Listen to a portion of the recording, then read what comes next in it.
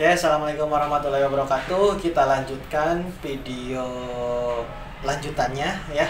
Ya bagi sahabat bakso yang masih belum menonton video sebelumnya, silahkan klik link di atas ya.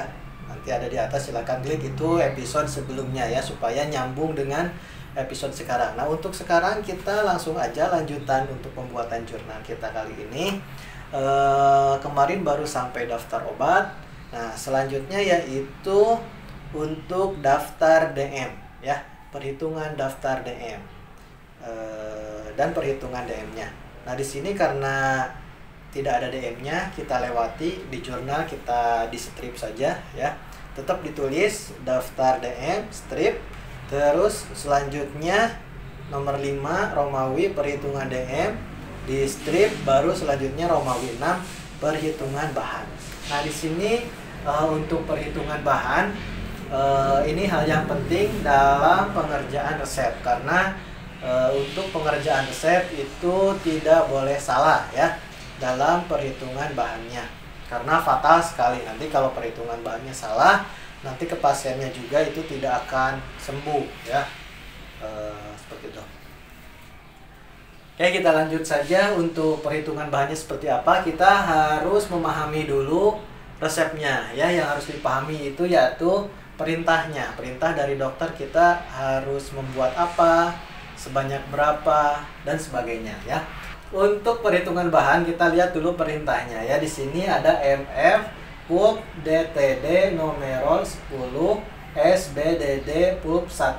Nah, maksudnya apa? Sesuai dengan video sebelumnya, kalau kalian tidak paham mengenai bahasa Latin ini, silahkan buka lagi bahasa Latinnya ya, sudah dijelaskan di video sebelumnya ya. MF miscevac pulpis detales dos nomerol 10 signa bis dedai pulpis 1 ya. Nah, di sini kita harus paham dulu mengenai perintahnya. Di sini perintahnya campur, miscevac campur dan buatlah, pulpis serbuk terbagi, detales dos dengan takaran sebanyak itu ya, dengan takaran di atas, lebih jelasnya seperti itu untuk lebih gampang. Sebanyak 10 bungkus ya. Kita cermati lagi. Campur dan buatlah, serbuk terbagi dengan takaran sebanyak itu, sebanyak 10. Jadi maksudnya dengan takaran sebanyak itu, dengan takaran di atas ini itu maksudnya untuk satu bungkus ya. Menurut DTD ini, maksud dari DTD ini yang di sini itu untuk satu bungkus ya. Jadi gimana ya, kalau untuk maksudnya untuk piridoksinnya dalam satu bungkus hanya 10 mg, karminnya 5 mg, sakarum laktisnya 285 mg. Itu satu bungkus. Sedangkan kita disuruhnya yaitu 10 bungkus. Bagaimana? Ya kita tinggal kalikan saja semuanya menjadi 10 ya, karena kita kan membuatnya, kita disuruhnya 10 bungkus. Oke, supaya lebih mudah lagi untuk perhitungan bahan, semuanya dikali 10. Ini dikali 10, ini juga dikali 10, ini juga kali 10. Maksudnya paham ya? Karena kenapa dikali 10? Karena di sini ditulisnya dengan takaran di atasnya ini masing-masing, maksudnya untuk satu bungkus ya. Jadi kita langsung aja, ini menjadi 100 mg, ini menjadi 50 mg karminnya. Terus untuk sakarum laktisnya 2850 mg. Nah, seperti itu.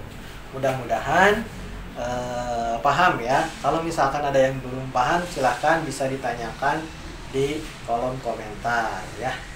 Itu. Selanjutnya yaitu penimbangan bahan ya. Penimbangan bahan tinggal dipindahkan saja hasil dari perhitungan bahan ini ke kolom penimbangan bahan. Untuk prosedur kerja, hal yang harus diperhatikan yaitu pertama bahan-bahannya. Ada beberapa hal untuk kita melakukan membuat prosedur kerja ya, atau prosedur. Yang pertama untuk prosedur itu intinya pertama itu sebagian zat tambahan, terus zat aktif dan sisa zat tambahan ya. Untuk prosedur itu ada 3 cara. Yang pertama sebagian zat tambahan, terus zat aktifnya dimasukkan, terus sisa dari zat tambahannya nanti dimasukkan terakhir. Nah, untuk ini apa saja yang zat aktifnya apa, zat tambahannya apa? Yang piridoksin ini zat aktif. Ya. Yang karmin tadi kan ada zat tambahan dan sakarum laktis zat tambahan. Taunya dari mana zat aktif dan zat tambahan? Kita taunya dari monografi, ya. Monografi kalau misalkan ada khasiatnya berarti itu zat aktif. Ya, berarti di sini kan ada yang ada khasiatnya itu piridoksin HCl. Tadi berarti ini zat aktif. Dan kalau karmin dan sakarum laktis ini zat tambahan, ya, seperti itu. Karena tidak ada khasiatnya, ya. Seperti itu. Terus selanjutnya selain itu baru kita merangkai prosedurnya. Yang pertama kita disiapkan dulu timbangannya, ya. Timbangannya itu disetarakan, ya. Disetarakan. Kenapa harus disetarakan dulu? Karena biasanya kita kan yang mau praktek jadi kita harus tahu itu udah benar-benar setara gitu, ya. Udah harus bisa dipakai timbangannya. Karena kalau misalkan di laboratorium itu kan bisa saja tempat yang kita pakai itu bekas orang lain gitu, karena kita kan giliran seperti itu. Jadi bisa saja timbangan itu bekas nimbang apa, kita juga kan nggak tahu. Jadi harus disetarakan terlebih dahulu, ya. Sama semua juga, mau yang baru mau yang sudah lama, timbangannya harus disetarakan terlebih dahulu. Setelah itu baru ditimbang semuanya, ya. Kalian cari nanti piridoksin HCl, atau misalkan nggak ada piridoksin HCl, cari sinonimnya vitamin B6.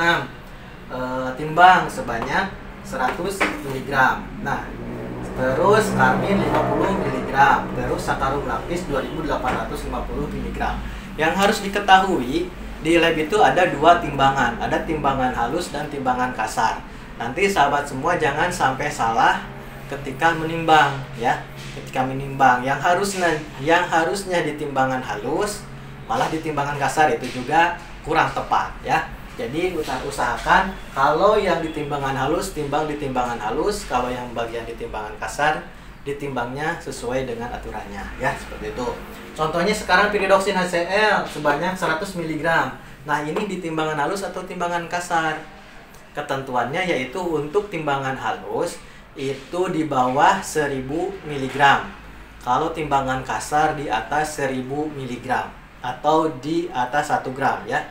Nanti sahabat juga harus tahu perbandingan antara gram ke miligram, ya, antara gram ke miligram.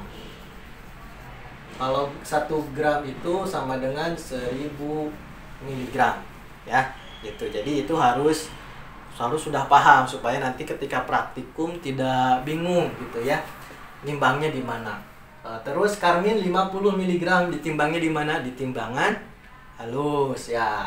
Nah, terus kalau ini sakarum laktis karena ini 2000, ya, lebih dari 1000 mg, berarti ini pakai timbangannya timbangan kasar, ya. Jadi semuanya udah ditimbang sebanyak itu. Terus baru tadi prosedur yang saya sampaikan tadi.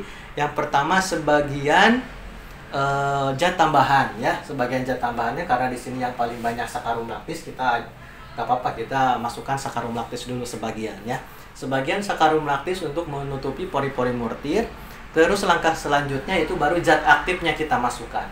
Zat aktifnya piridoksin HCl kita masukkan semuanya, digerus sampai homogen, ya. Homogen itu rata, ya.